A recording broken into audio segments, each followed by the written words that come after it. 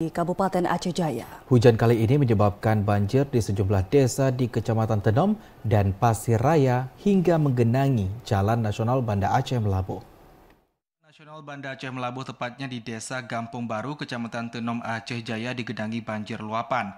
Banjir yang menggenangi badan jalan tersebut akibat dari luapan air Krung Tenom sejak tadi malam dengan ketinggian mencapai 40 cm di badan jalan dan panjang mencapai 50 meter. Para petugas dari Satlantas Polres Aceh Jaya bersama dengan personil Kapolsek Tenom membantu para warga yang sedang melintas baik dari arah Banda Aceh maupun dari Melabuh. Para pengendara juga harus ekstra hati-hati dalam berkendara karena derasnya air dari genangan banjir tersebut. Tidak sedikit kendaraan roda 2 yang mati lantaran terkena banjir. Banjir yang terjadi di Jalan Nasional Banda Aceh Melabuh merupakan banjir kiriman dari desa sekitar. Kapolsek Tenom Ibda Jepri Rosadi mengatakan, banjir yang merendam badan Jalan Nasional pertama kali di tahun 2024 sejak selesainya pembangunan muara baru Krung Tenom. Yang menyebutkan banjir yang terjadi saat ini selain dari sejumlah desa di Kecamatan Tenom, juga ada beberapa desa lain yang terendam di Kecamatan Pasir Raya dengan ketinggian yang bervariasi.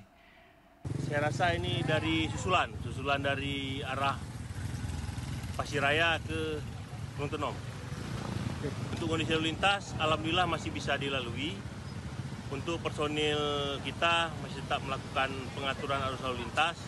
Kami menghimbau kepada masyarakat pengguna jalan agar berhati-hati apabila melintasi wilayah yang terdampak banjir ini, tepatnya di Desa Gampung Baru, Kecamatan Tenom, Kabupaten Aceh Jaya.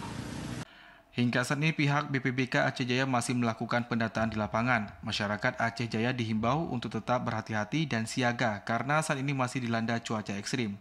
Dari Aceh Jaya, Muslia di TV Aceh melaporkan. Setelah sebelumnya